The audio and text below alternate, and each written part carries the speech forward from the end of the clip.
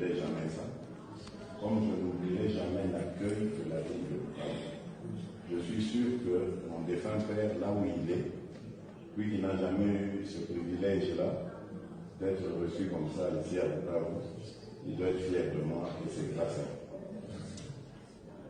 Par rapport à cette alliance que nous avons scellée avec mon beau-frère, je veux vous prendre à témoin de ce que je veux dire, pour que si jamais demain je transforme mes propos, que vous soyez les premiers à me maudire s'il le faut.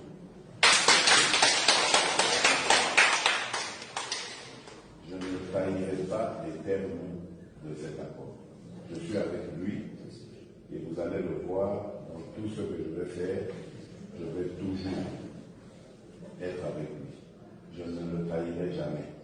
Si après le 23, il y a quelque chose qui arrive qui ne soit pas prévu dans ce que nous, on a prévu, lui et moi, on se concertera toujours et je ferai tout pour qu'on ait la même position.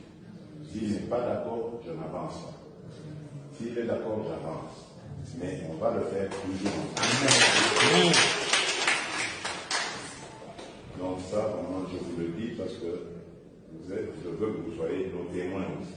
Donc cet accord, c'est pour vous aussi, nous l'avons fait, pour qu'on soit d'accord. Donc les prochaines étapes, nous irons au Kassai.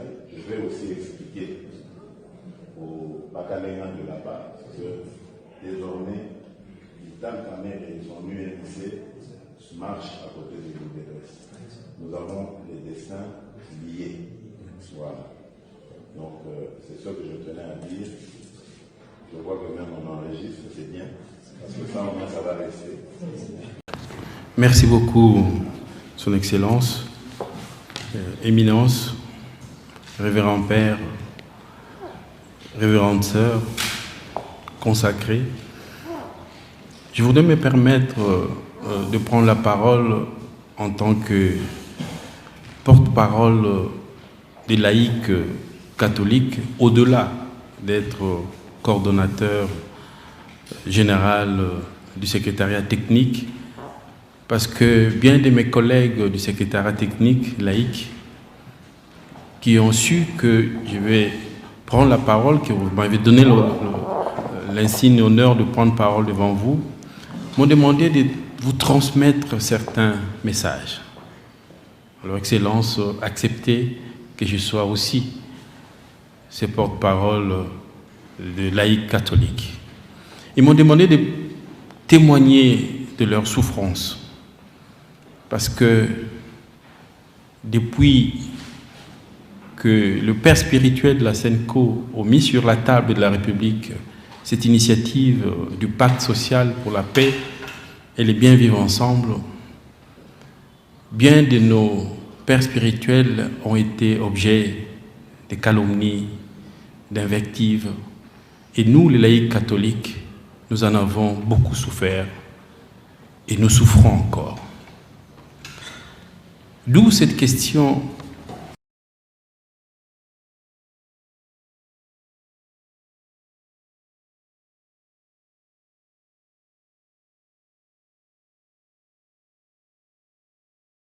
à la nation, cette initiative du pacte social pour la paix et le bien vivre ensemble. Excellence, Éminence, Révérend Père, Révérend Abbé, distingués consacrés, vous qui êtes tous ministres des dieux et serviteurs de l'évangile de Jésus-Christ, si vous savez pleinement ce que vous faites et que vous en avez totalement conscience, il est possible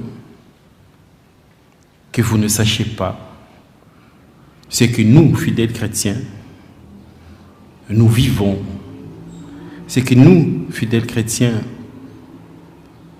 nous pensons de ce que vous représentez pour nous, de ce que vous êtes pour chaque laïc catholique. Pour nous, Nous qui adhérons à la foi de l'Église catholique, reconnaissant ainsi le pape comme successeur de Saint-Pierre et l'autorité des évêques, nous qui pratiquons les 7 sacrements comme signe de la grâce de Dieu, pour nous, en effet, vous, cardinal, vous, archevêque, vous, évêque, vous, père, vous, abbé, vous, sœurs, vous, consacrés, vous incarnez pour nous l'espérance, car vous êtes témoins et agents actifs des promesses de Dieu dans notre pays, parce que vous insufflez la foi et la confiance en la vie de nous, vos fidèles. Et vous dynamisez chaque jour notre engagement envers Dieu et envers la société congolaise. Des fois, nous nous posons des questions. Pourquoi êtes-vous témoins et serviteurs de l'espérance, de notre espérance? Assez souvent, nous répondons en nous disant, mais c'est parce que vous êtes porteurs de promesses divines. Et l'espérance, pour nous, signifie l'attente de l'accomplissement des promesses de Dieu. Et vous, les ministres de Dieu, votre rôle consiste à nous guider, nous les fidèles, vers cette promesse de salut, ici-bas, dans notre pays. On se pose encore la question, mais pourquoi êtes-vous témoins et serviteurs de l'espérance? Et nous répondons, parce que votre soutane, votre aube, votre étole, votre chasuble, votre chape, votre col romain, tous vos vêtements distinctifs incarnent pour nous un appel à l'engagement. Et l'espérance que dégagent vos habits est une force mobilisatrice qui pousse à l'action. Donc le ministre de Dieu que vous êtes, par votre engagement à vivre selon l'Évangile, montre comment notre espérance doit se traduire en action ici-bas et sans délai. De ces mots espérance, qui veut tout simplement dire croyance à un avenir meilleur et confiante, nous tirons une conclusion avec Saint Augustin qui a dit l'espérance a 2 enfants magnifiques. La première est une fille qui s'appelle Colère et le deuxième est un garçon qui s'appelle Courage. La colère représente une indignation face à ce qui est injuste et inacceptable, c'est-à-dire la guerre, les viols, la violence et toute souffrance. Et le courage et le devoir d'agir concrètement afin que le bien et le juste puissent effectivement s'accomplir, à savoir construire la paix et le bien vivre ensemble. Aussi, quand on évoque la doctrine sociale de l'Église et la responsabilité sociétale du chrétien, c'est la question des devoirs de l'Église en tant que sentinelle qui se trouve ici posée sur le plan pratique. Alors, que dit la Bible sur le rôle de sentinelle qui est confié à l'Église et dont vous en êtes les serviteurs? Dans Ésaïe 62:6, la Bible dit « Sur les murailles, Jérusalem, j'ai placé des sentinelles. Elles ne se tairont ni les jours, ni la nuit. » C'est ce que vous avez fait en proposant à la République le pacte social pour la paix et le bien vivre ensemble. Vous avez assumé votre rôle de sentinelle confié à l'Église par Dieu, qui est celui de tout faire pour que la foi soit incarné par des actions et des œuvres. Des actions et des œuvres qui reflètent l'amour de Dieu pour l'humanité, car la foi sans les œuvres est morte. C'est ce que la Bible nous rappelle dans Jacques 2, verset 17.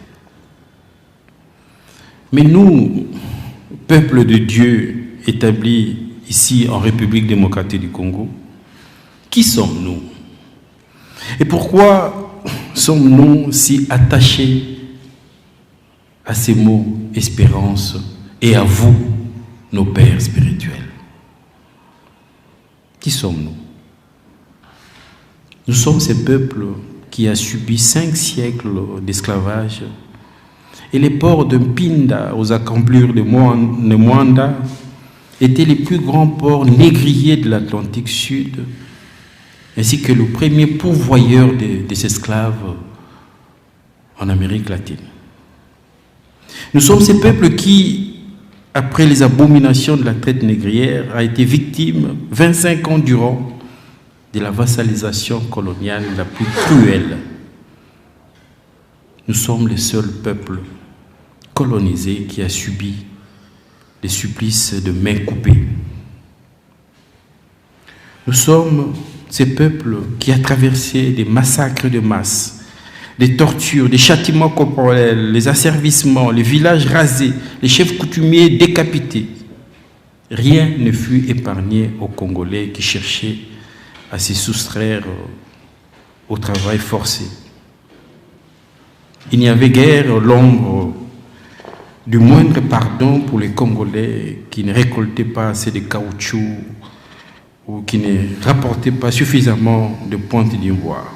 La sanction était ou la mort ou les mains coupées. Avons-nous, le 30 juin 1960, jour de notre indépendance, marqué un temps d'arrêt collectif pour exorciser tous ces traumatismes accumulés au tréfonds de notre ADN depuis la traite négrière? Répondre à cette question, c'est surtout comprendre pourquoi sommes-nous devenus un peuple destructeur de notre propre pays. Pourquoi 65 ans après notre indépendance, nous sommes devenus un pays facile à envahir, facile à asservir, facile à occuper, facile à s'aimer, chaos, crise, épidémie et toutes sortes de malheurs. L'initiative Senko-SCC du Pacte social pour la paix et le bien vivre ensemble propose à la société congolaise de prendre le temps d'une introspection volontariste en vue de faire le point sur l'humanité que nous représentons au cœur de l'Afrique. Poser cet acte, c'est chercher à conclure un pacte avec nous-mêmes, avec la terre de nos ancêtres, avec le pays que nous voulons construire pour honorer notre qualité, notre statut de fils de Dieu établi en République démocratique du Congo.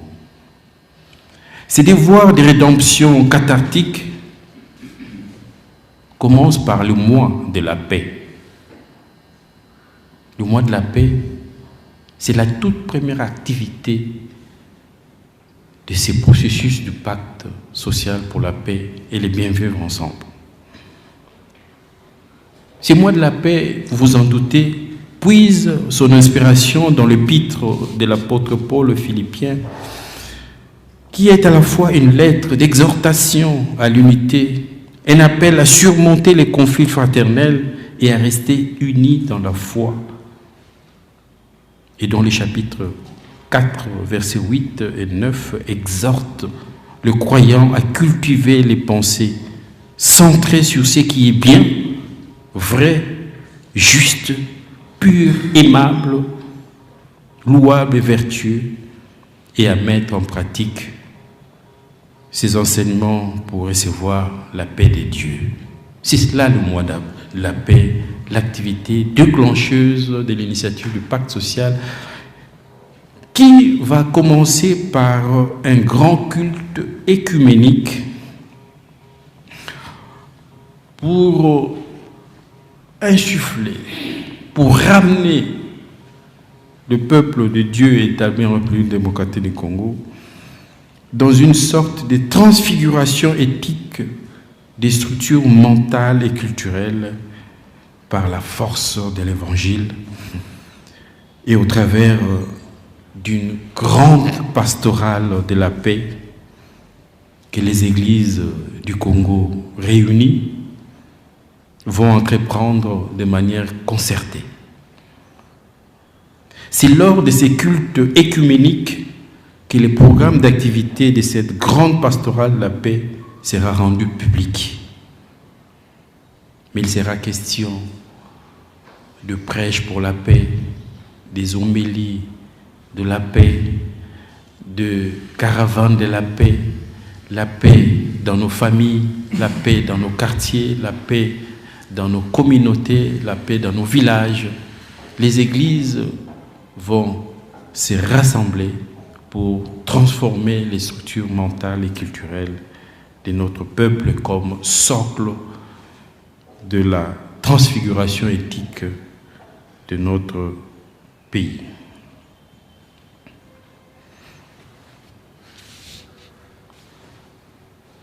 Comme deuxième activité de l'initiative du pacte social, nous avons été chercher dans la Bible sa justification et nous l'avons trouvé dans 1 Jean 1, verset 17, qui dit « Si nous marchons dans la lumière, c'est-à-dire en communion avec Dieu, le sang de Jésus, son Fils, nous purifie de tout péché. » Et la lumière est un langage métaphorique spiritualisé du mot intelligence. Par cette deuxième activité, ce deuxième jalon structurel du processus de pacte, nous voulons retrouver la lumière pour entrer en communion avec Jésus-Christ. Et cette lumière, c'est l'intelligence.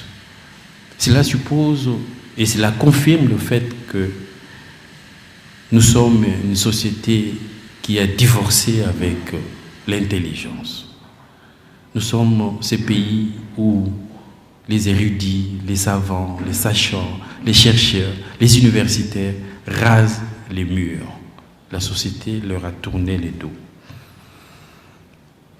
Cette étape s'appelle le dialogue des experts.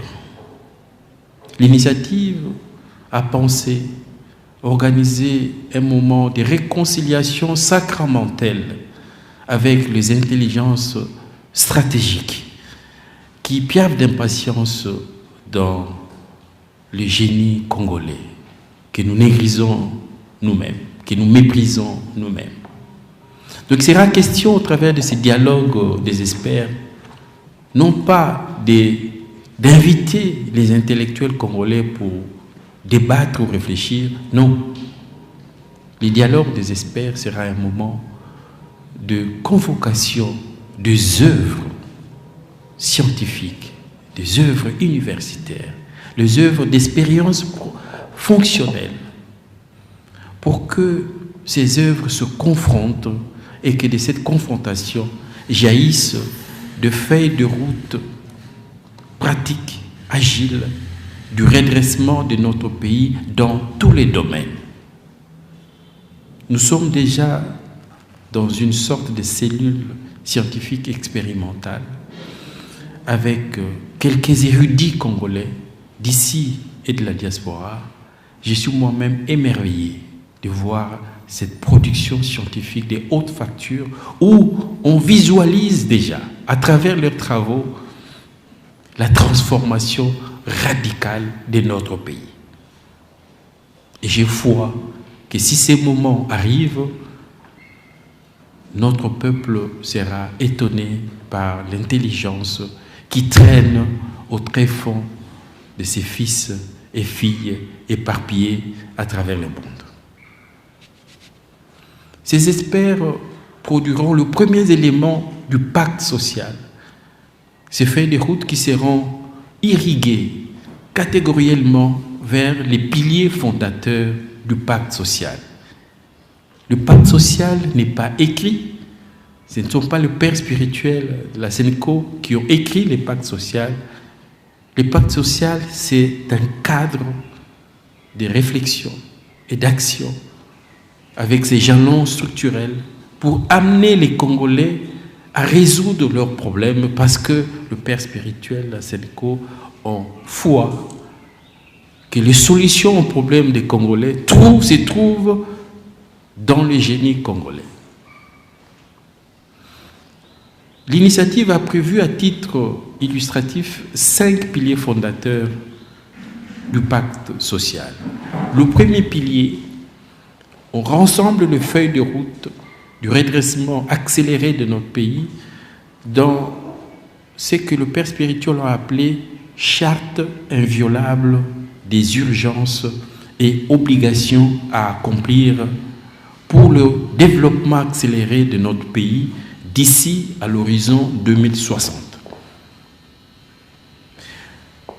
Le père spirituel de la SENCO veut que demain, au terme de cet exercice, que notre pays se donne des obligations inviolables de ce que nous devons faire département par département, territoire après territoire, pour que notre redressement soit méthodique. Beaucoup d'autres pays qui ont été dévastés par des guerres ont appliqué cette méthode et se sont transformés dans des délais étonnants. Donc il est possible que demain, nous ayons devant chaque département tout ce qu'il faut faire, mois après mois, semestre après semestre, année après année, pour que nous commémorions les centenaires de notre indépendance à l'an 2060 comme des dignes fils de Dieu établis en République démocratique du Congo. Deuxième pilier fondateur du pacte social, pour que ces accomplissements s'effacent sans atermoiement, il faut que nous nous infligions nous-mêmes des obligations éthiques. Voilà pourquoi le deuxième pilier fondateur s'appelle référentiel général de la gouvernance éthique et experte de la République démocratique du Congo dans tous les domaines et à tous les niveaux. Nous voulons que de la sentinelle au chef de l'État, que chacun fasse référence et se donne des obligations éthiques, des devoirs de vertu, pour que notre pays ne traîne pas dans sa volonté de se développer de manière accélérée. C'est le deuxième pilier fondateur du pacte social.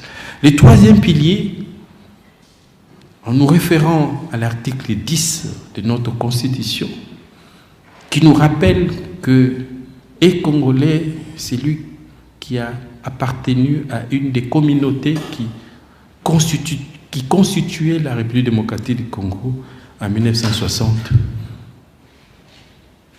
Plaise à quiconque de constater combien nos communautés sont très déchirées. Je vous épargne de tout ce qui se passe à l'Est, mais aux portes de Kinshasa, dans ma province d'origine, les Teke et les Yaka sont très déchirés. À Kwamouth, nous avons traversé beaucoup d'épisodes de conflits intercommunautaires. Au nord, les Ignélés renaissent. Vers Kisangani, les Mbole et les Lengola, c'est un très déchiré. Au nord du Katanga, les Toits et les Balouakat. Nous sommes en quête, en attente, en devoir de nouer un pacte d'interculturalité pour fraterniser nos communautés. D'où le troisième pilier du pacte social, c'est une convention de bonne entente interculturelle pour le bien vivre ensemble entre les communautés de la République démocratique du Congo. C'est le troisième pilier fondateur du pacte. Le quatrième pilier, c'est une campagne. Et je sais que l'Église catholique en tient énormément. C'est une campagne d'initiation à la culture de la paix et du bien vivre ensemble. Parce que le père spirituel Aseneko pense que nous devons faire de la paix notre force. Parce que la paix est une force, la paix est une puissance. La paix au-dedans de nous, la paix pour être puissant en dehors de nous. Et pour ça, il faut toute une campagne annuelle, pluriannuelle, une campagne qui sera scolaire, périscolaire, parascolaire, même post-scolaire.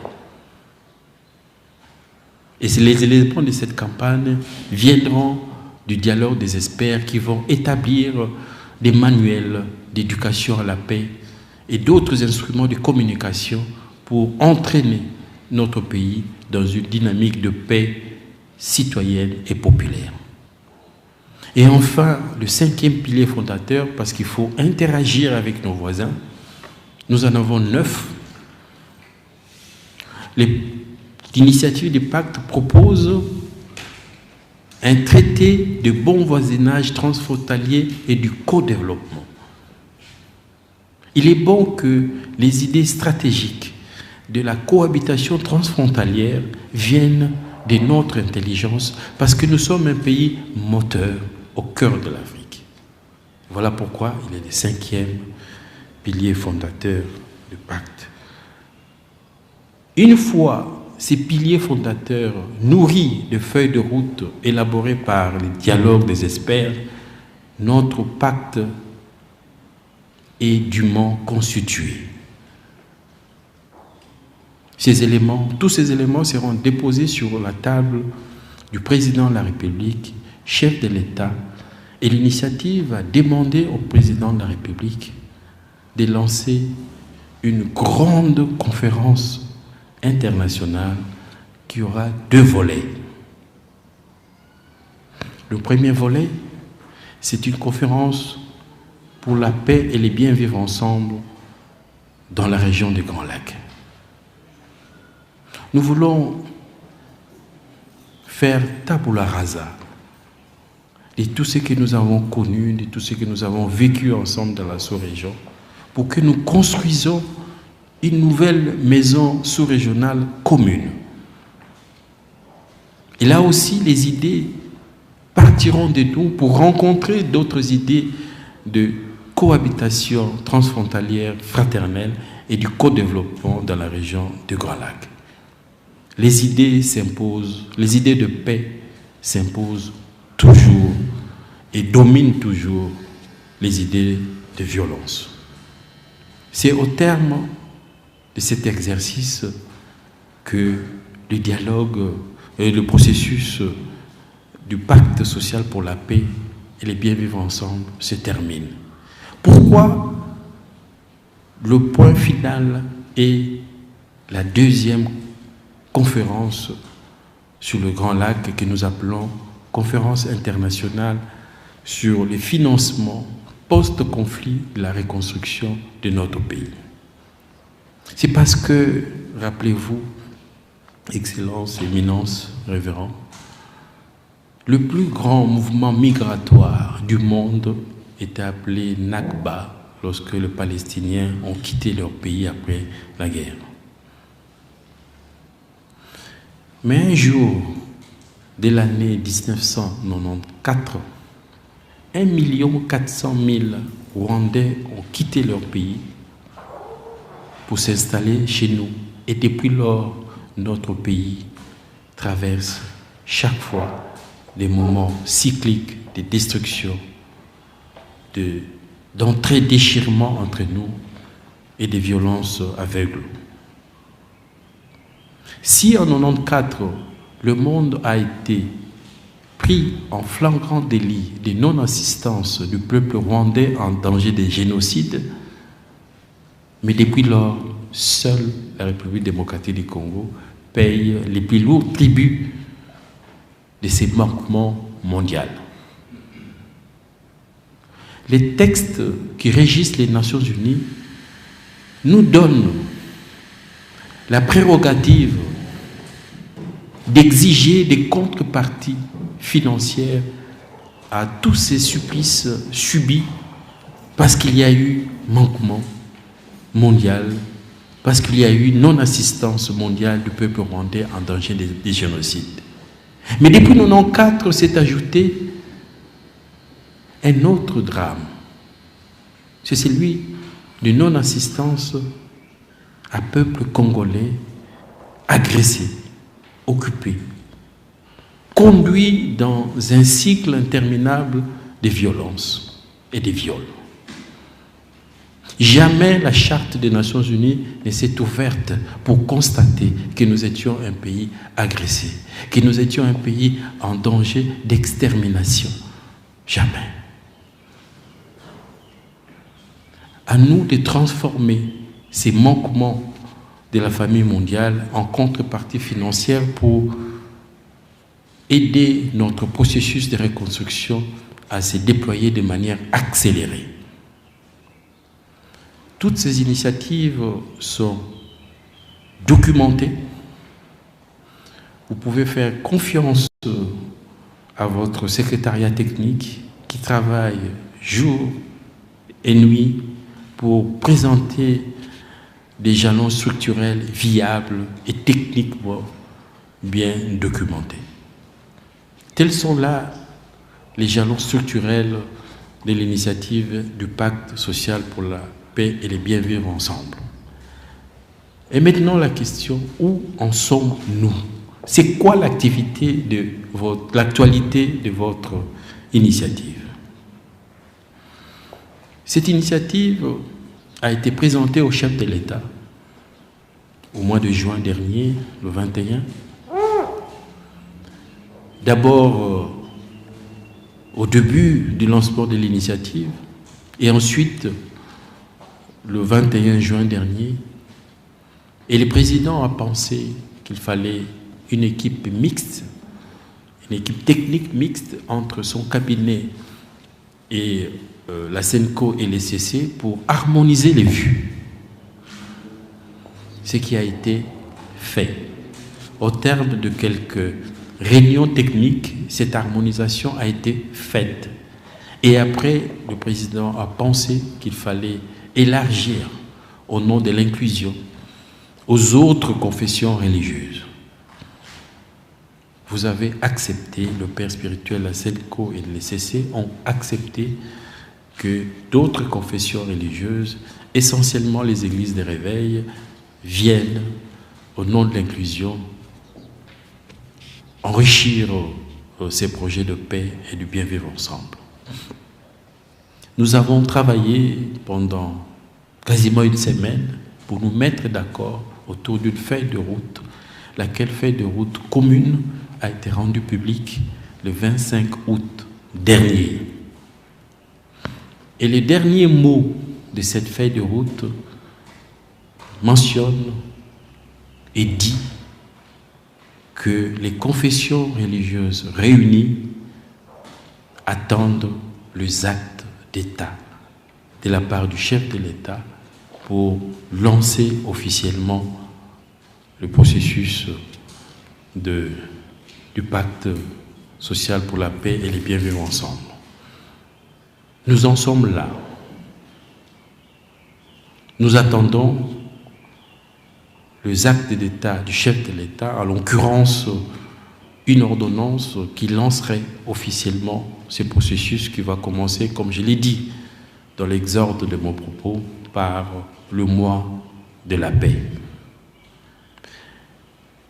Excellence, permettez-moi de rappeler, toujours dans l'actualité de votre initiative, que les pères spirituels ont donné un devoir au secrétariat technique. Le devoir de préparer les instruments de la gestion de ce mois de paix. Et parmi ces instruments, les pères spirituels ont pensé qu'il faut que la part de l'Église catholique soit non seulement rayonnante, mais active. Et cette part de l'Église catholique, c'est, dès le mois de la paix, commencer à expérimenter une procédure, la procédure la plus viable de résolution des conflits entre communautés. Nous y avons travaillé et notre note conceptuelle est prête et nous allons sous peu lancer un conclave expérimental avec ce que nous considérons comme les deux territoires épicentres des conflits communautaires, c'est-à-dire les territoires de Massissi et des Rutshuru. Un conclave expérimental sera lancé sous peu et nous expérimentons là une nouvelle doctrine, la doctrine de la résolution des conflits entre communautés par les communautés elles-mêmes et encadrées par l'Église. Vous serez tous informés, vous serez invités et lors de cette expérience pilote, nous allons inviter les représentants d'autres axes qui sont en souffrance intercommunautaire comme les Teke, les Yaka, les Mbole, les Ngola, pour qu'ils voient comment leurs compatriotes, comment d'autres communautés expérimentent avec l'encadrement de l'Église la résolution de leurs conflits communautaires par eux-mêmes, les représentants de cette communauté.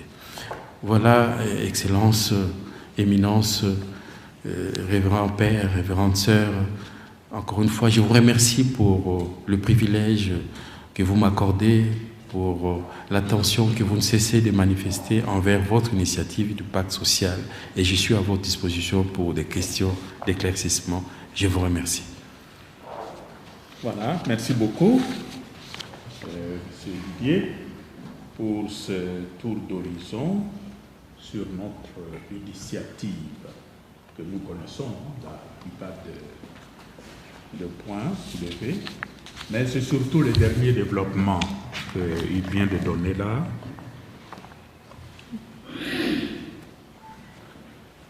Il a parlé du point auquel nous sommes arrivés maintenant.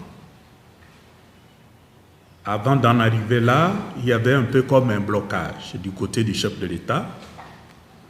Et ça a été débloqué à partir du moment où il avait demandé que les confessions religieuses, leur association là, je ne sais pas comment on appelle ça. Et on appelle ça plateforme de confessions religieuses et l'autre coalition interconfessionnelle pour la nation.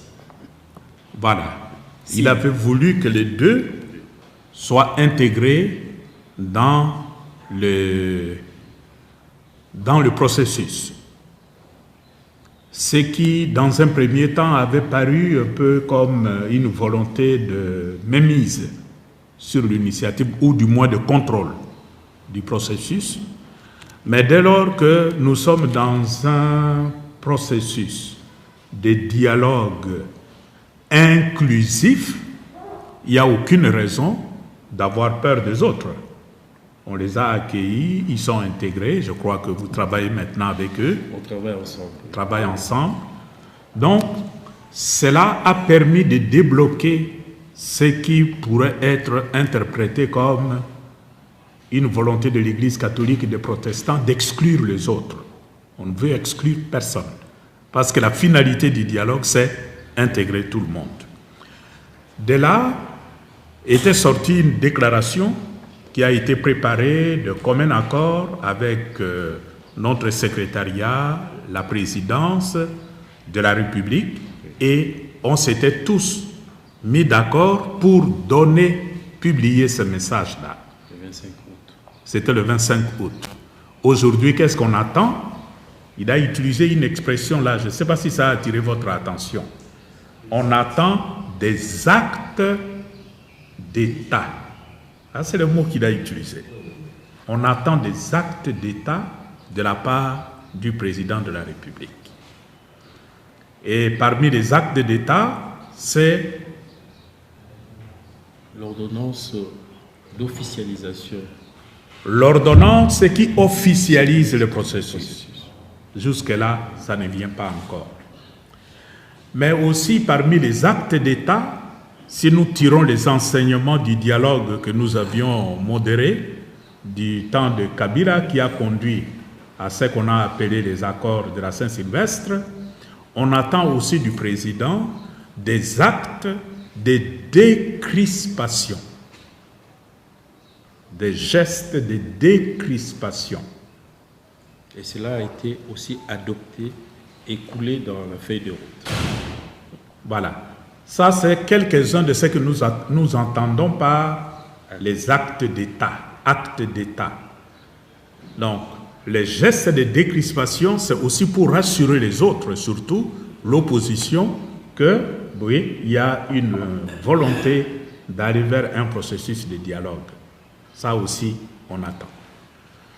Voilà, je voulais seulement apporter ces deux précisions-là. À vous la parole.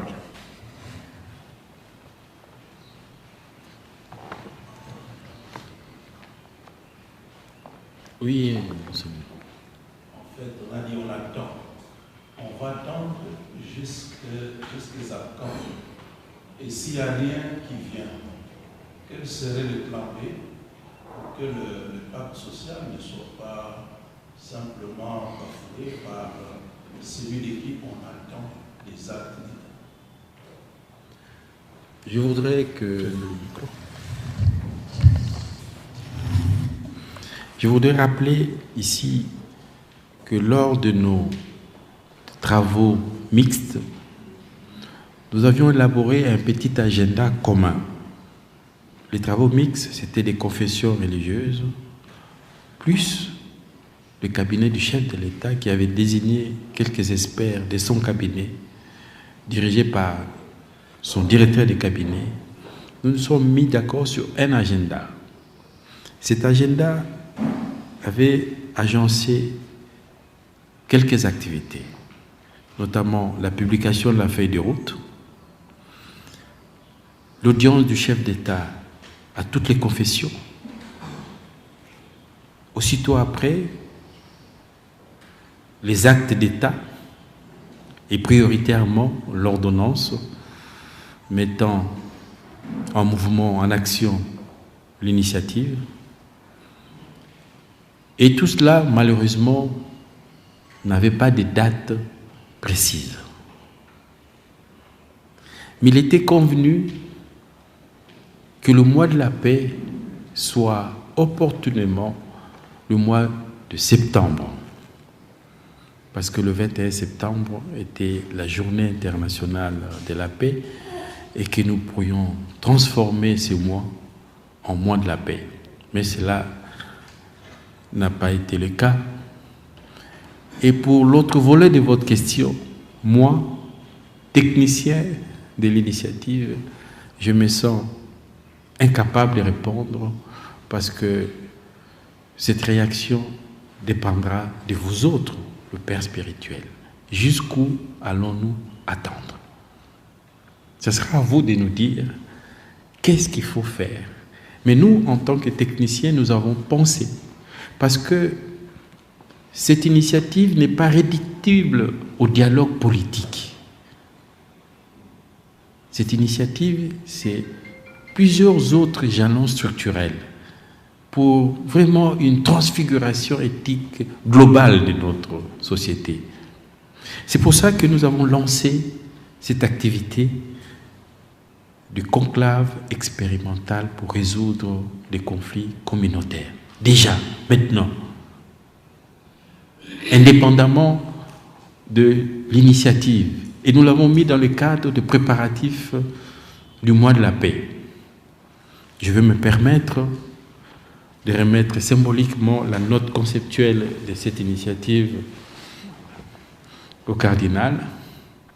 Et cela montre d'abord les côtés prophétiques de cette initiative. qui n'est pas strictement politicien, mais c'est vraiment l'Église qui se met au chevet de la société, mais pour résoudre toutes les crises qui ensanglantent notre pays et qui nous tiennent à terre. Donc l'Église va commencer par cette initiative, il y en aura d'autres, on vous tiendra au courant parce qu'il y a aussi une initiative en étude pour venir en plus-value du processus de démobilisation et de désarmement des groupes armés. Donc, nous avons du devoir en tant que secrétariat technique de la part des pères spirituels de construire quelques initiatives pour ne pas attendre en croisant les bras, mais agir parce que l'initiative a soulevé beaucoup d'espoir dans le pays. Mon propos a commencé par la notion d'espérance. Il faut nourrir cette espérance. Mais pour l'autre volet de votre question, Monseigneur, peut-être le cardinal ici présent pourra répondre à cette question, mais moi, technicien, je n'ai pas de réponse, sinon attendre. Merci, Monseigneur.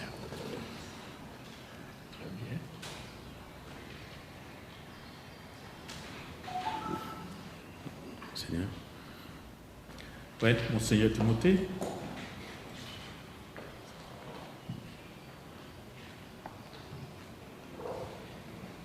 Merci beaucoup, M. Didier, pour l'exposé. On sent que les choses ne sont pas prises,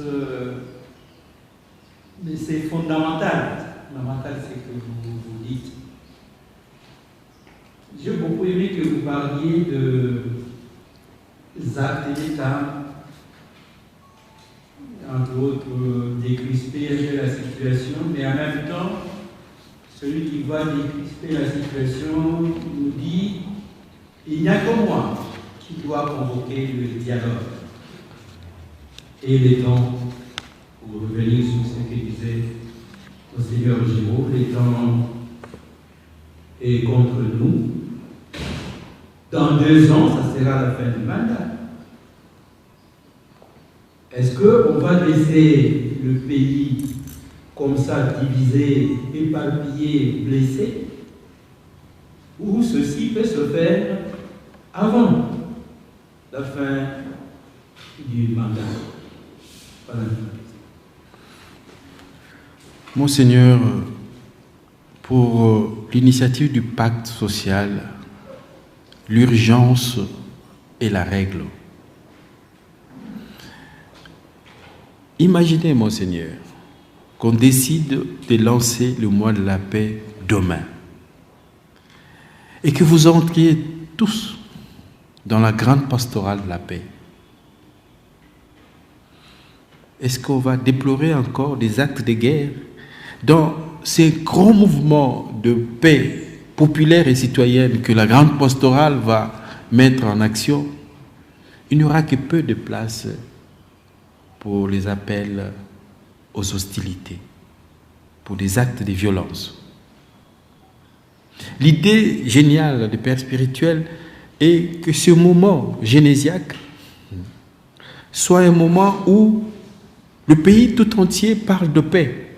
Quand le pays parle de paix, c'est-à-dire les groupes armés aussi parlent de paix.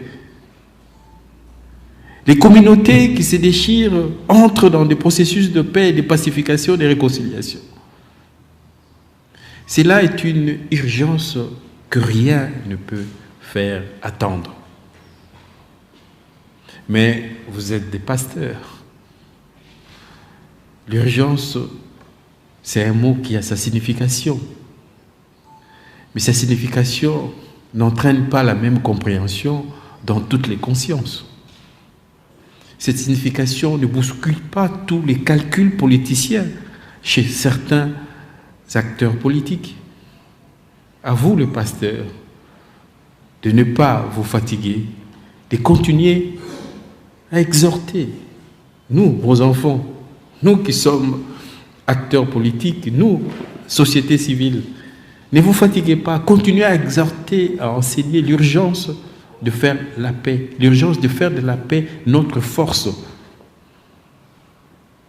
Mais le technicien que je suis est impuissant pour sonder les consciences des acteurs politiques, surtout les gouvernants du pays, parce que on attend les actes d'État du chef de l'État dont on ne maîtrise pas aussi le calendrier, l'agenda.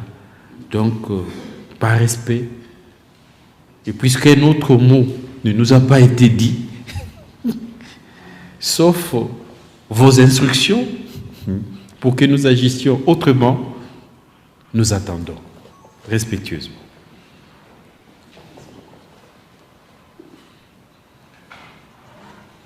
Oui, Monseigneur. Merci beaucoup pour votre exposé. Moi, c'est une question de curiosité.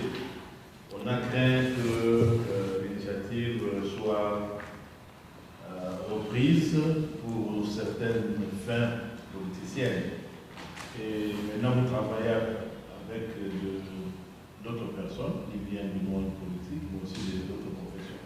Pendant ce travail, vous avez noté quelques différences d'approche, quelques écueils, puisque vous savez qu'on a mis des gens aussi pour essayer d'apaiser ce qui pouvait être compris comme élevé ou non élevé ou situation un peu embarrassante.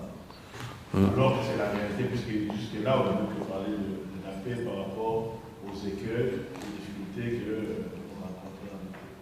Pendant ce temps, vous devez travailler ensemble.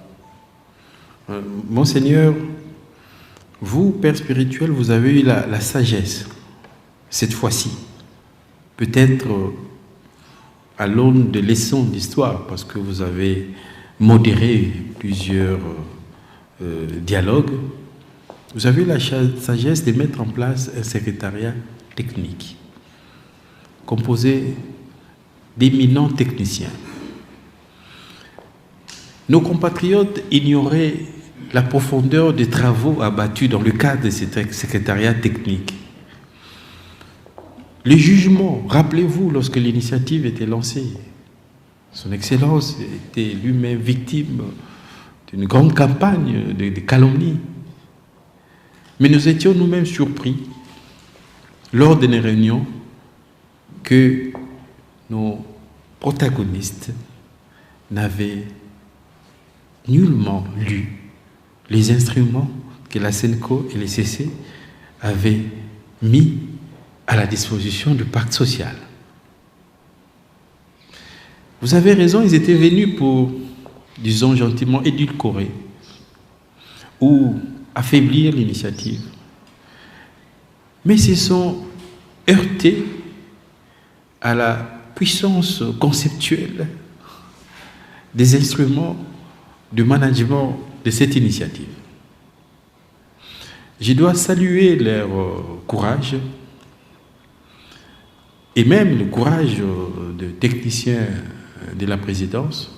Ils ont accepté que, en face des éléments techniques élaborés par l'initiative, ils ne pouvaient qu'accepter. Parce qu'on accusait l'initiative de plans diaboliques qui n'existaient que dans les intentions des gens, mais pas dans les textes que nous avons élaborés. Les textes étaient clairs. Heureusement que nous avions pour chaque jalon une note conceptuelle et des schémas qui nous a même amené à proposer aussi bien à l'initiative des Doha qu'à l'initiative de la médiation africaine et de Washington un plan de tripartite médiationnel. Tripartite, c'est-à-dire le volet international incarné par Washington, Doha et l'Union africaine, comme le palier international de la médiation, le volet national incarné par la SENCO et les CC, comme la médiation nationale, élargie, parce qu'après inclusion des autres confessions, cette médiation SENCO et CC était élargie à 2 structures d'accompagnement de la médiation. La première structure, c'est les groupes des facilitateurs nationaux, où la règle des 3-3-3 a été retenue, c'est-à-dire 3 évêques catholiques, et 3 pasteurs protestants et 3 pasteurs de confession religieuse. Et un autre comité, le comité des sages. Le comité des sages, que l'initiative avait proposé que la présidence soit accordée à son Excellence, le cardinal. Et là aussi, c'était la règle de 3-3 avec d'autres confessions religieuses. Je peux faire un commentaire. Lorsque nous avons présenté ces initiatives et les instruments de gestion des différents jalons du pacte social, un chef de l'État a fait ses commentaires. Il a dit, vous, la République démocratique du Congo, vous avez la chance d'avoir toutes vos plaies ouvertes et saignantes. Et vous le voyez.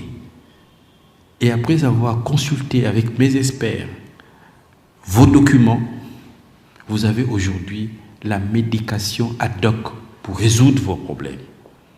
Vous êtes paradoxalement en avance sur beaucoup de pays africains.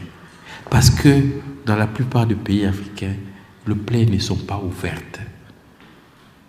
Les plaies saignent du dedans. Lorsque ces plaies deviendront ouvertes, ils n'auront peut-être pas la médication que vous avez trouvée. Et ce chef d'État est le fervent défenseur du pacte social qu'il pense être l'initiative que tous les pays d'Afrique devraient s'en procurer. Donc, l'initiative n'a pas été édulcorée, même dans son intitulé. Si vous suivez la feuille de route commune avec toutes les autres confessions religieuses, on a maintenu non seulement l'intitulé du pacte social pour la paix et le bien vivre ensemble, mais aussi les différents jalons structurels n'ont pas été bousculés dans leur base conceptuelle. Bien sûr, ils ont enrichi dans d'autres aspects, mais l'essentiel de l'initiative n'a pas été bouleversé et je peux me permettre de saluer leur bonne foi. Je crois que c'est une question capitale. C'est-à-dire l'initiative est partie de l'Église catholique, de l'Église protestante. Ça signifie qu'il y avait des choses auxquelles nous, on croit. Mais si demain, ces éléments ne sont plus là, ben, ce sera la question de la pertinence de notre présence dans cette histoire. Mais on n'en est pas encore là, mais on surveille.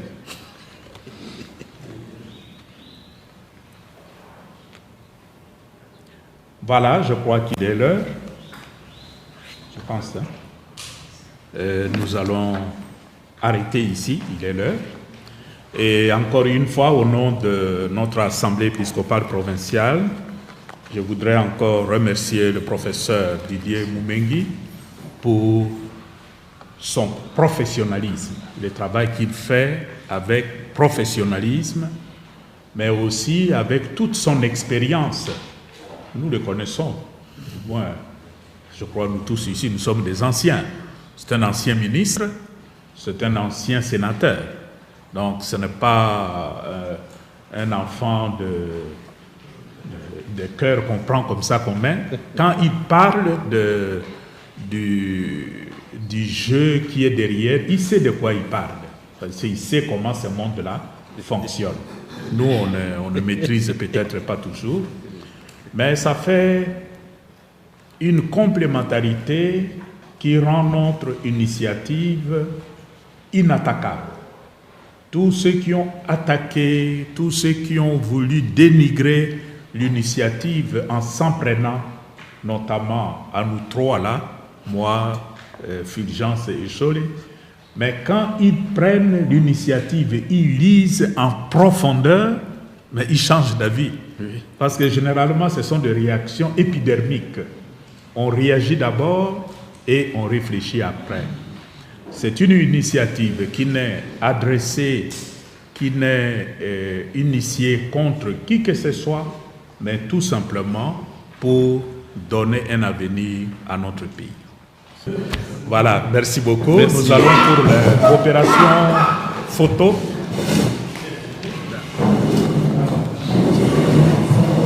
Et avec la permission de son éminence, on va répondre la séance à 11h15.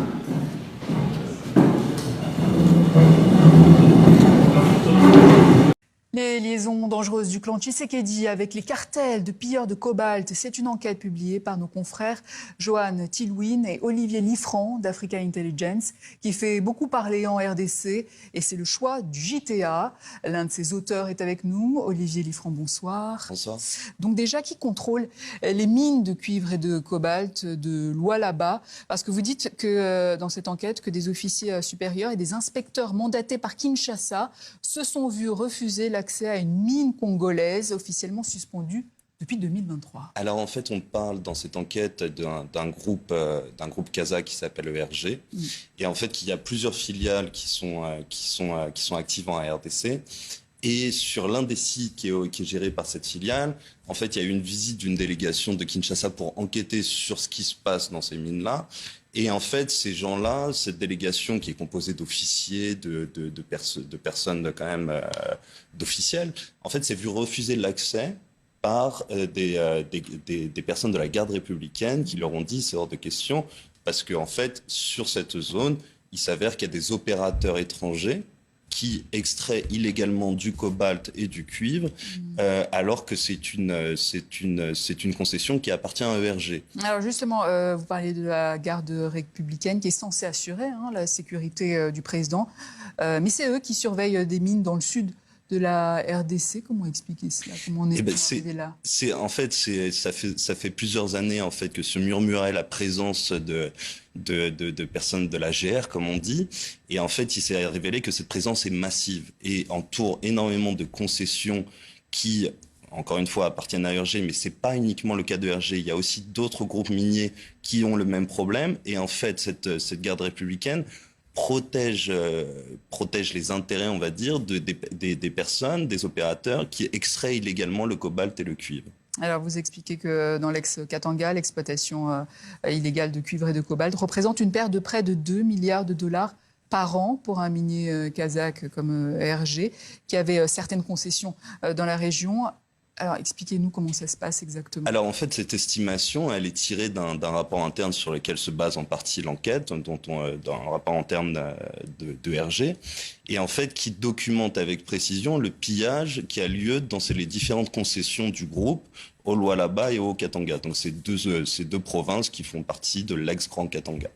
Donc, c'est eux-mêmes qui évaluent leur manque à gagner à 2 milliards de dollars. Et on parle quand même, effectivement, ça fait 150 millions de dollars par mois. Donc, c'est une manne considérable qui profite à un certain nombre d'opérateurs étrangers qui sont parfois en lien, justement, avec des personnalités locales ou proches du pouvoir. Justement, le groupe kazakh ERG a enquêté. Vous avez eu accès aux documents. Il incrimine des cartels, donc libanais et chinois, mais aussi une partie de l'élite congolaise et notamment plusieurs des frères du président. Que leur reproche-t-on exactement? Alors, en fait, c'est le rapport de RG qui mentionne explicitement les différents frères du président Tshisekedi, comme étant partie liée justement à ces cartels chinois ou libanais. Eux démentent formellement toute implication dans cette extraction illégale. En revanche, bien sûr, on les a contactés, on a cherché à connaître leur point de vue. En revanche, ce qui paraît établi pour le moment, qui avec absolument certitude, c'est au-delà du rapport de RG, c'est qu'en tout cas, il y a une présence des frères dans le Katanga.